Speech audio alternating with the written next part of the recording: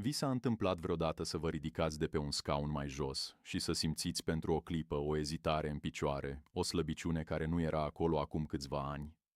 Sau poate ați observat că urcatul scărilor până la etajul 3 vă lasă fără suflu, deși în mintea dumneavoastră încă vă simțiți la fel de capabil ca la 30 de ani. Acestea nu sunt evenimente dramatice, ci mici semnale, aproape șoapte, pe care corpul ni le transmite. Le punem adesea pe seama oboselii, a unei zile proaste sau, cel mai frecvent, pe seama înaintării în vârstă, ca și cum ar fi o sentință inevitabilă. În cabinetul meu aud aceste povești zilnic.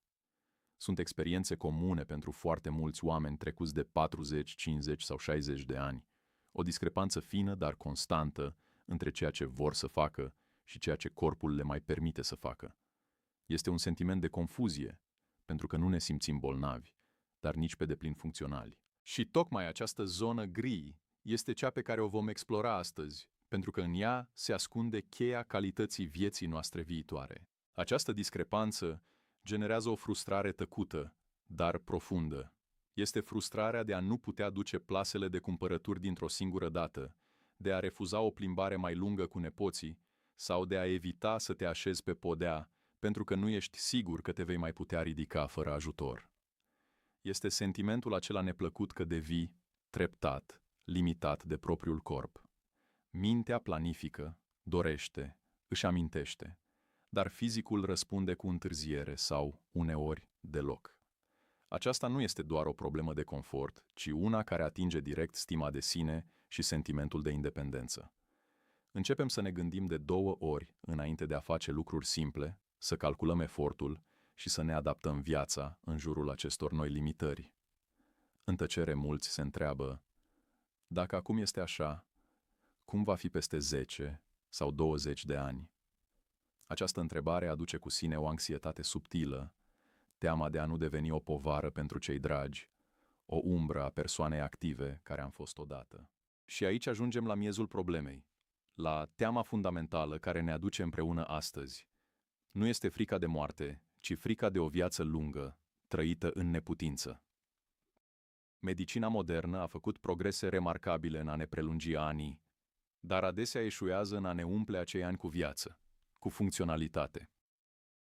Mulți dintre noi am văzut acest scenariu la părinții sau bunicii noștri, oameni care supraviețuiesc bolilor, dar care își petrec ultimii ani dependenți de ajutor pentru cele mai elementare activități, îmbrăcat, mers la baie, ridicatul din pat. Aceasta este adevărata durere, pierderea demnității și a autonomiei. Este imaginea unui viitor în care anii câștigați sunt anii în care nu mai avem control asupra propriei existențe. Întrebarea pe care trebuie să ne o punem nu este cât vom trăi, ci cum vom trăi. Veți putea să vă bucurați de pensie călătorind sau veți fi limitați la perimetrul casei? Această distincție este esențială și, din fericire, este ceva asupra căruia avem mult mai mult control decât credem. Primul lucru pe care vreau să-l înțelegeți, și este cel mai important, este că aceste semnale pe care le primiți de la corpul dumneavoastră nu sunt, în majoritatea cazurilor, un indiciu al unei boli grave și iminente. Ezitarea aceea când vă ridicați de pe scaun sau gâfâitul după un etaj urcat nu înseamnă că organismul dumneavoastră cedează brusc. Dimpotrivă, este o reacție perfect logică și previzibilă la un stil de viață pe care mulți dintre noi l-am adoptat în ultimele decenii. Gândiți-vă la corpul dumneavoastră ca la o mașină incredibil de sofisticată, proiectată pentru mișcare. Dacă o țineți în garaj an la rând, pornind-o doar ocazional pentru drumuri scurte, este firesc ca motorul să nu mai aibă aceeași putere, ca bateria să se slăbească și ca piesele să-și piardă din flexibilitate.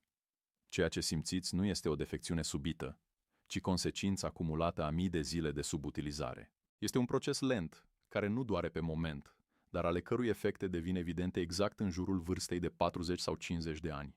Această stare de vulnerabilitate nu apare peste noapte. Este rezultatul a ceea ce eu numesc acumularea de datorii fizice. Fiecare decizie de a lua liftul în loc de scări, de a conduce până la magazinul din colț în loc de a merge pe jos, sau de a alege o masă semipreparată în loc de a găti ceva proaspăt, este ca o mică retragere dintr-un cont bancar al sănătății. O singură retragere este nesemnificativă, Dar mii de astfel de retrageri, pe parcursul a 10, 15 sau 20 de ani, duc inevitabil la epuizarea fondurilor. Problema este că acest proces este tăcut și invizibil pentru o lungă perioadă de timp. Nu primim o notificare zilnică despre starea contului nostru de forță sau de rezistență cardiovasculară. Continuăm să trăim cu iluzia că suntem la fel de capabili ca la 25 de ani, pentru că mintea noastră își amintește acea capacitate. Însă, într-o zi, corpul ne prezintă extrasul de cont, iar realitatea ne lovește.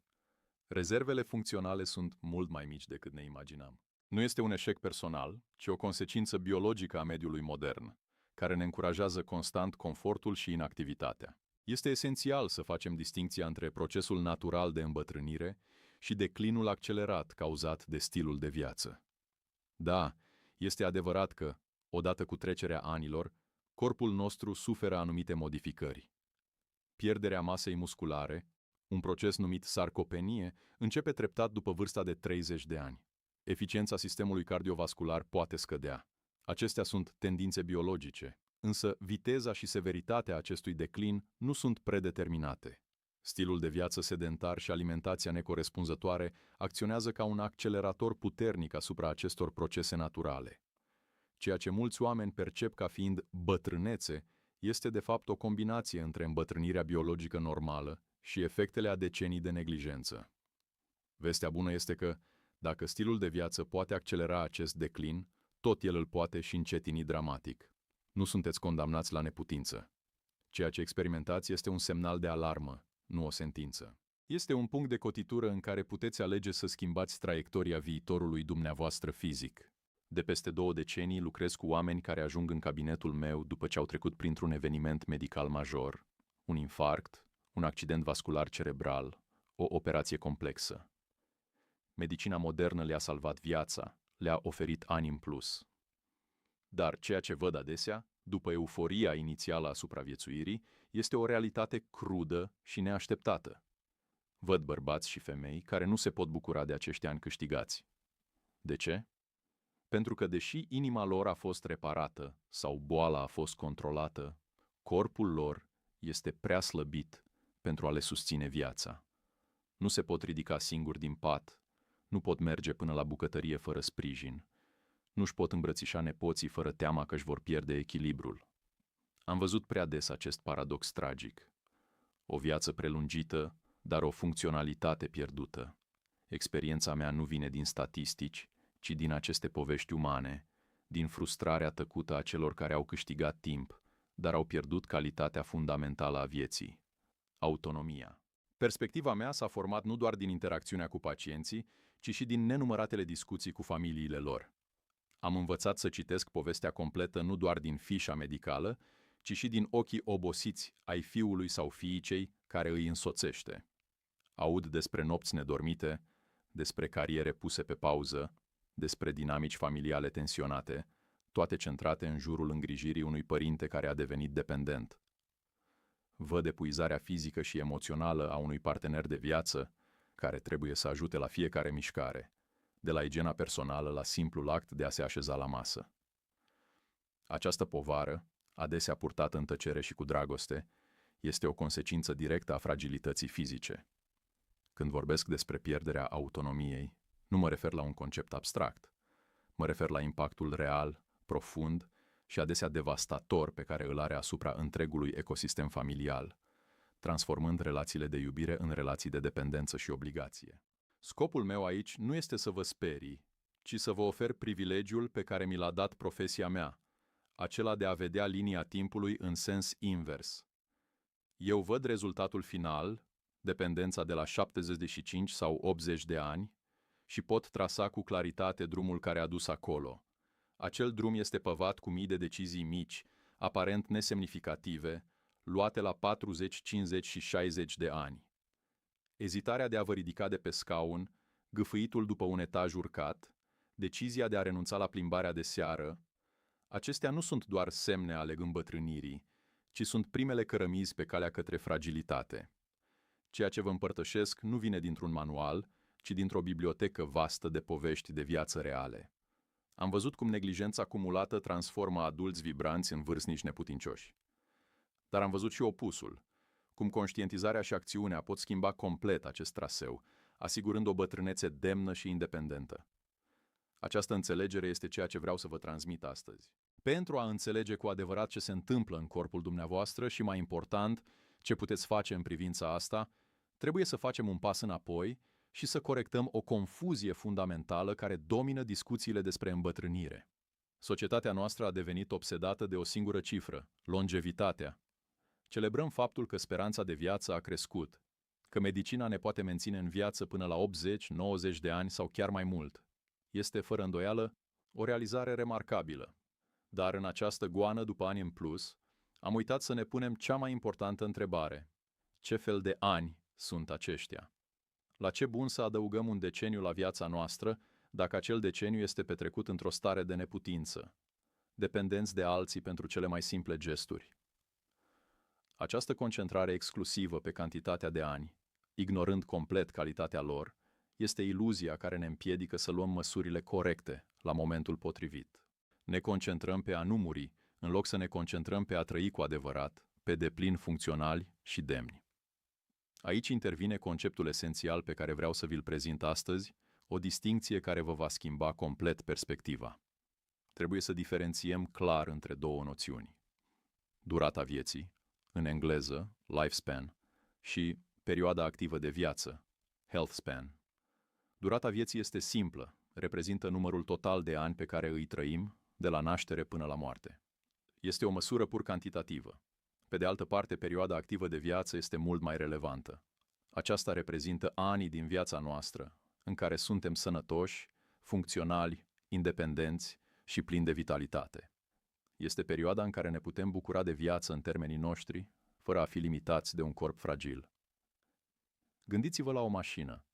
Durata ei de viață poate fi de 30 de ani, dar perioada în care funcționează optim, fără reparații majore și constante, poate fi de doar 15 ani. Scopul nostru nu este doar să existăm mai mult, ci să extindem la maximum această perioadă de funcționalitate optimă, de viață trăită pe deplin. Problema majoră a epocii noastre este că, în timp ce medicina a reușit să extindă impresionant durata vieții, perioada activă de viață nu a ținut pasul.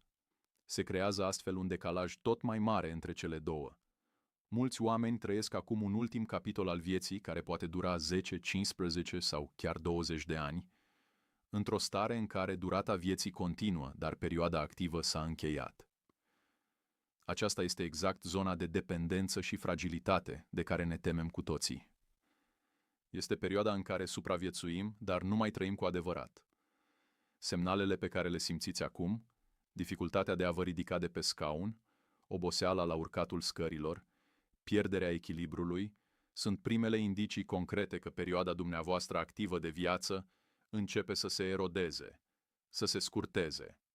Corpul vă anunță că, deși mai aveți mulți ani înainte, calitatea acelor ani este în pericol dacă nu interveniți acum pentru a opri acest declin și a proteja ceea ce contează cu adevărat. Prin urmare, adevăratul obiectiv nu este să adăugăm ani vieții, ci să adăugăm viață anilor.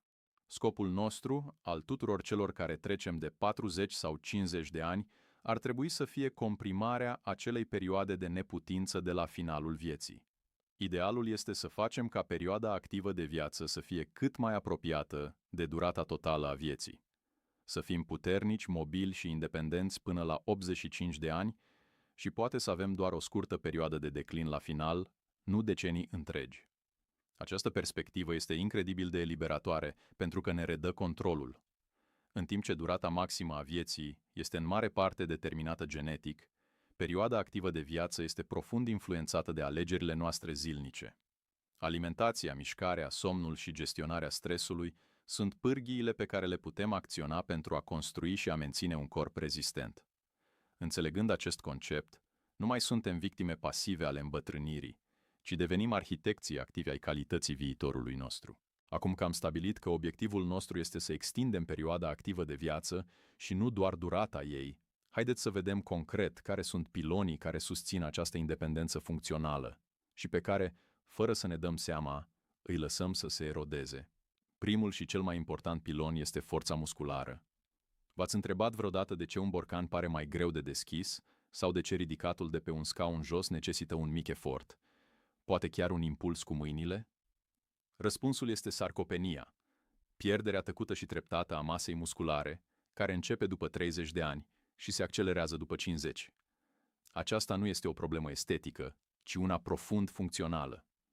Mușchii picioarelor, ai spatelui și ai brațelor sunt motorul, care ne permite să ne ridicăm, să mergem, să cărăm obiecte și să ne menținem echilibrul. Când acest motor slăbește, fiecare activitate zilnică devine mai dificilă și mai riscantă, pavând drumul către fragilitate și dependență. Este fundația pe care se construiește întreaga noastră autonomie. Vestea bună este că acest proces nu este o sentință, este în mare parte o consecință a subutilizării. Principiul este simplu: folosește-l sau îl vei pierde. Putem combate activ sarcopenia prin exerciții de forță, iar acest lucru nu înseamnă neapărat să mergeți la sală.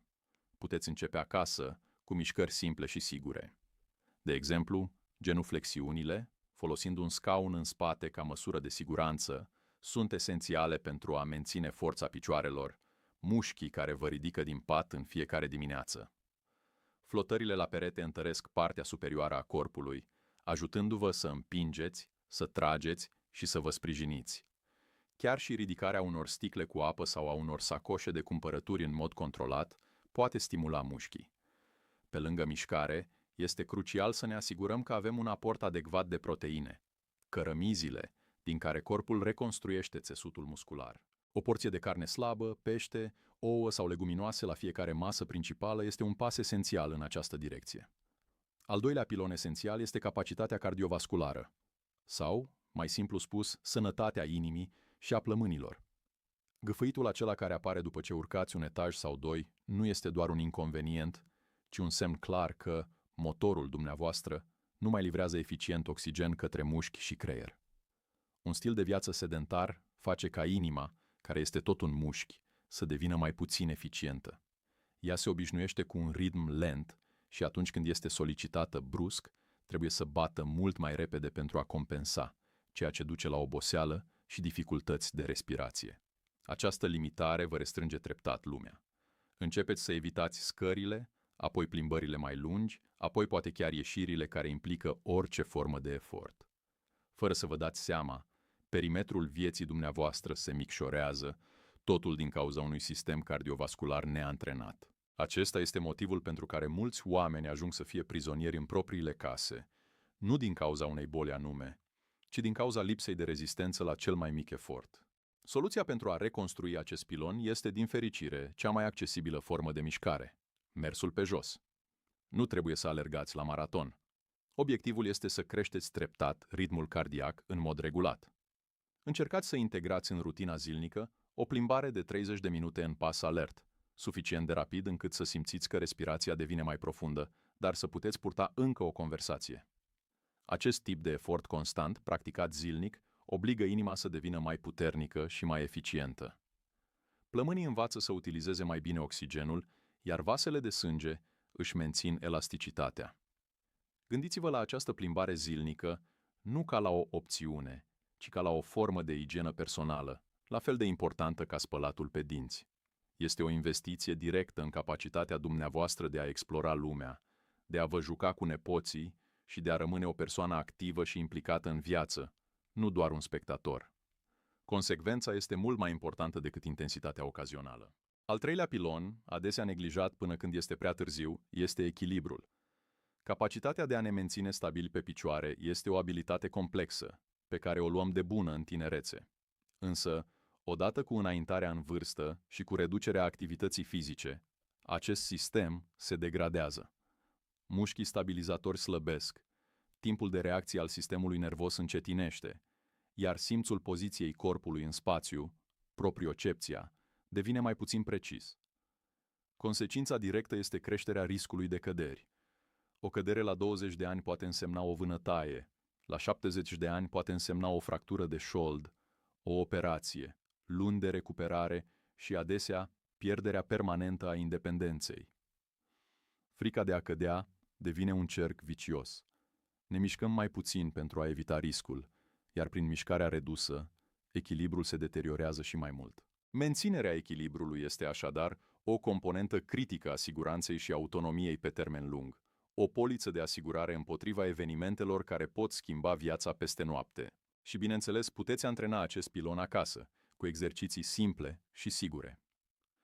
Statul pe un singur picior, la început sprijinindu-vă de un perete sau de un scaun, pentru 10-15 secunde, este un exercițiu excelent.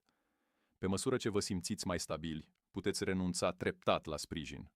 Mersul pe o linie imaginară, călcâi vârf, ca și cum ați merge pe o sârmă, vă antrenează coordonarea și echilibrul dinamic. Aceste mișcări simple, practicate câteva minute în fiecare zi, trimit semnale constante către creier și sistemul muscular, menținând acest sistem complex de echilibru alert și funcțional. Nu așteptați să aveți prima cădere pentru a vă gândi la echilibru. Începeți să-l cultivați acum ca pe o abilitate prețioasă care vă va proteja independența în anii ce vor urma. Această practică zilnică este o investiție mică, dar cu un randament imens în ceea ce privește siguranța și calitatea vieții. Este esențial să înțelegem că, deși principiile pe care le-am discutat, forța, rezistența cardiovasculară și echilibrul, sunt universale și incredibil de puternice, aplicarea lor trebuie să fie personalizată. Rolul meu aici este de a vă oferi o hartă, de a vă educa și de a vă crește gradul de conștientizare, nu de a vă scrie o rețetă medicală. Fiecare dintre noi are o istorie unică, cu propriile afecțiuni, limitări și puncte de plecare. De aceea, înainte de a începe un program nou de exerciții, mai ales dacă aveți afecțiuni preexistente precum probleme cardiace, hipertensiune arterială, diabet sau durere articulare severe, este absolut obligatoriu să discutați cu medicul dumneavoastră sau cu un kinetoterapeut. Această discuție nu este un semn de slăbiciune, ci un act de inteligență și responsabilitate față de propriul corp. Un profesionist vă poate ajuta să adaptați aceste sfaturi generale la nevoile dumneavoastră specifice, asigurându-vă că progresați în siguranță și în mod eficient, fără a vă asuma riscuri inutile. Odată ce începeți să vă mișcați mai mult după o perioadă lungă de inactivitate, este normal să simțiți un anumit grad de disconfort. Febra musculară, o ușoară senzație de sufocare în timpul efortului sau o oboseală generală sunt semne că organismul dumneavoastră se adaptează și devine mai puternic. Cu toate acestea, este crucial să faceți diferența între acest disconfort productiv și semnalele de alarmă care nu trebuie ignorate niciodată. Durerile ascuțite sau persistente în piept, articulații sau spate, amețelile sau senzația de leșin în timpul sau după exerciții, dificultățile severe de respirație care nu se ameliorează la repaus sau umflarea bruscă a unei articulații sunt steaguri roșii. Regula de aur este simplă. Disconfortul face parte din proces, dar durerea este un semnal clar de a vă opri. A ignora aceste semnale nu este un act de curaj, ci unul de imprudență, care poate duce la accidentări grave sau la agravarea unei afecțiuni medicale subiacente. Învățați să vă ascultați corpul cu înțelepciune. Trebuie să recunoaștem de asemenea că această călătorie de reconstrucție a funcționalității nu este doar una fizică. Ea poate fi extrem de solicitantă din punct de vedere mental și emoțional. Este absolut normal să vă simțiți frustrați de ritmul lent al progresului, descurajați de limitările pe care le întâmpinați sau chiar anxioși la gândul de a începe. Frica de a cădea sau de a vă accidenta poate fi paralizantă, creând o barieră mai mare decât orice limitare fizică. Dacă observați că această teamă, lipsa de motivație sau sentimentul de copleșire devin un obstacol major care vă împiedică să faceți chiar și cei mai mici pași, este important să înțelegeți că și aceasta este o problemă de sănătate validă. Nu ezitați să căutați sprijin. Acesta poate veni de la un psihoterapeut, un grup de suport sau chiar de la un antrenor personal calificat, cu experiență în lucrul cu adulții mai în vârstă. A avea grijă de independența fizică înseamnă și a avea grijă de cadrul mental care susține acțiunile dumneavoastră. Ceea ce am discutat astăzi nu este menit să vă înspăimânte, ci dimpotrivă să vă ofere cea mai puternică unealtă pe care o puteți avea, conștientizarea. Acea ezitare când vă ridicați de pe scaun, acel gâfâit după un etaj urcat, acele mici momente de slăbiciune nu sunt sentințe definitive. Ele sunt, de fapt, invitații.